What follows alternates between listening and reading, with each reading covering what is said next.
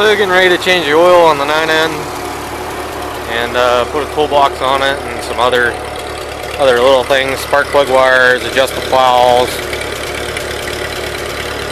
It should be a good evening project. Stuff from out front I brought out back here too. So I'm gonna flip the bar on the plow right here. This needs turned 180 degrees.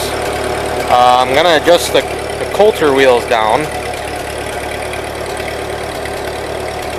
Either the coulter wheels need to go down, or it's just the way. I'm thinking it wasn't sinking the plows in the ground deep enough, which once I change the oil, I'll go play with it again. I'm gonna try flipping this bar around, see what happens. The other thing I've noticed to me is I swear like this bracketry needs flip, and then it would be even. But I don't know, because it's pretty. I don't know if you guys can see it, but it's pretty good. And when you pull, it pulls it to that side too. So I don't know. Thinking about converting it to just single plow, and then I won't have all the nonsense to deal with. So it's a thought. It's a thought. So, all right, guys, I'll be back. See what I can do here. I think it's probably warm enough. I'll shut the fuel off and shut it off. Don't want it to be too hot and burn my hand, you know. So I was going to take the plug the whole way out, but I think this is a good way not to do it, because notice this is like say a 3-inch plug or something like that. So I'm just going to let this run out like this until it gets to the point where it slows down, and then I'll take the plug out the whole way. Learning as I'm getting older, Wagasami. Well, at least I'm going to make it act like I am anyhow. Or act like I'm, whatever the proper English is. Yeah, I'm definitely not learning. Alright. Well, while that's doing that, we'll go up to oil filter land here, which we can drain. There's a drain on that too, which I'll need the pan for, so maybe I won't do them at the same time. I can take the top off. But I might as well drain the oil out of it. I don't know. We'll wait till this is done, and maybe I'll mess with the plows while this is going on. I'll look into the toolbox situation. How about that? Alright guys, so I did end up pulling the drain plug out of that. And the other catch-22 I ran into, I didn't even really, obviously pulling the drain plug wasn't a catch, but in order to get the canister up out, I had to take the fuel line off of the sediment bowl. So be prepared and have tools for it. That's all I'm going to say. I'm going to inspect this gasket pretty good. It looks alright. I'm going to push it back down in the groove there, and going to reassemble it, and then I'm going to fill it up with oil. I primed the filter up best I could anyhow. Maybe I ought to clean the breather a little bit too. A little dirty. But anyhow, I filled that up with some 30-weight motor oil. Filled it up till it ran out of the top. It gurgled some back down, but at least it's halfway primed. So I got the plug tightened on the bottom, and yeah, I'm gonna do what I said here. I'm gonna start it back up. I mounted the toolbox in a spot that I think will work. I want to look, because I'm thinking when it lifts the whole way up, maybe I won't be able to open the toolbox. You know, I don't know. So it seemed like a good spot, because if it's any further forward, it could become a problem, I think. But all I can do is wait and see, and if it won't work there, then I'll just put it back down here where it's normally supposed to be. But I have the charging cutout mounted there. It's not like I can't take it and flip it and mount it on the back side of that, but I'm going to try and not do that, because this battery tray is, you know, there's not a whole lot there. It's pretty rusty. So okay, let me fill this up with oil, and we'll go from there. Okay, let's see what's going to happen here. I'm going to have to pull the choke. Hold on. It's going to sit there somewhere.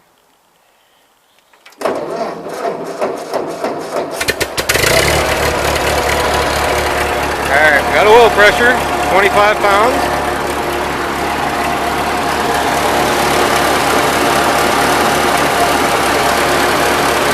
Nothing profusely leaking anywhere, so that's good. So, alright, I gotta get on it here because I want to set the parking brake too.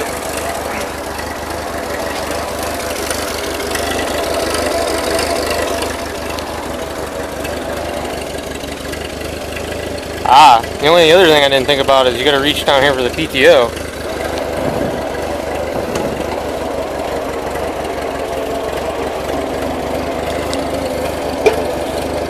No, it still opens with it the whole way up.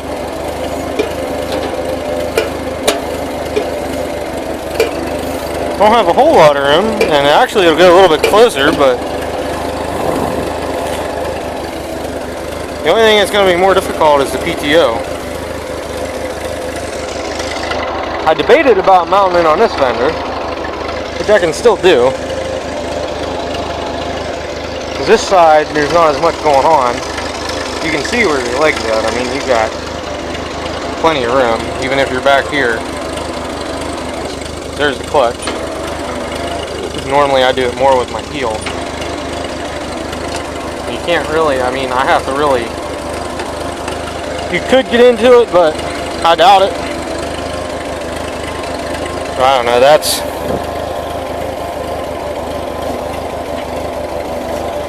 the only issue I see with it is the PTO on that side, so I think I'm gonna move its sides and then I'll get some bolts and put in them holes I drilled. Maybe, or not, never know. Okay, that's what I need to know. Still got 25 pounds, what happens if you rev it up? Full tilt about 27. The idle you got like 22, something or other. I think you guys can read that. I don't normally run it at idle too much because see the battery discharges just a little bit. So I normally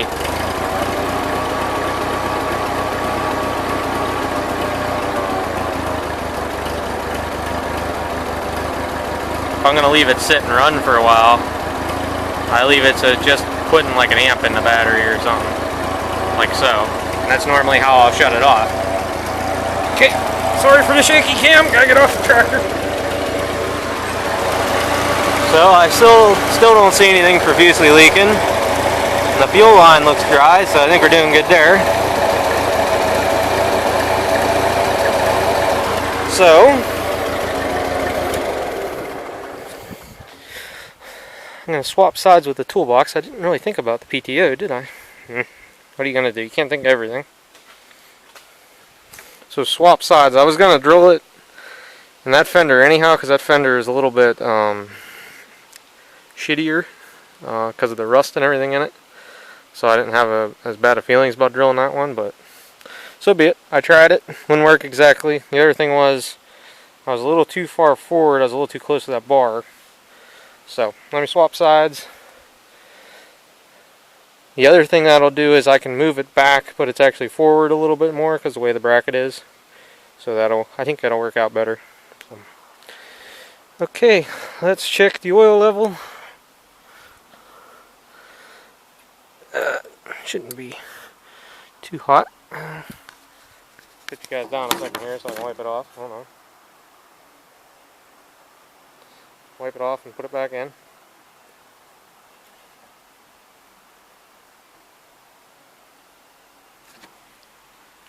So we're basically right at the top of where it says safe operating. I don't know if you guys can see it. It's right in between the operation and the safe, so I'm going to add a little bit more oil yet, but we're pretty good. So okay, let me do these couple other things here. And what time of night is it? 6 o'clock. You guys think I can do spark plug wires in an hour? before it gets dark. Maybe, I don't know. These aren't exactly the easiest things to change because they go up individually through the through that tube up in there. And I know I got one bad one. Like I said,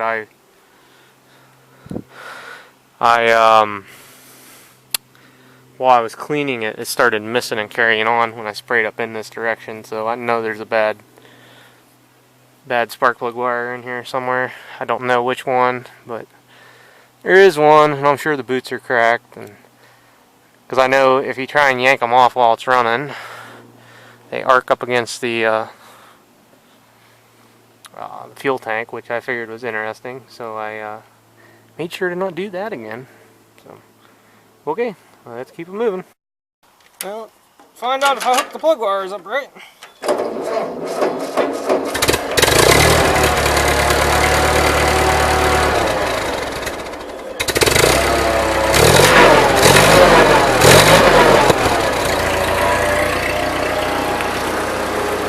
Well, it seems like I hooked them up right so far.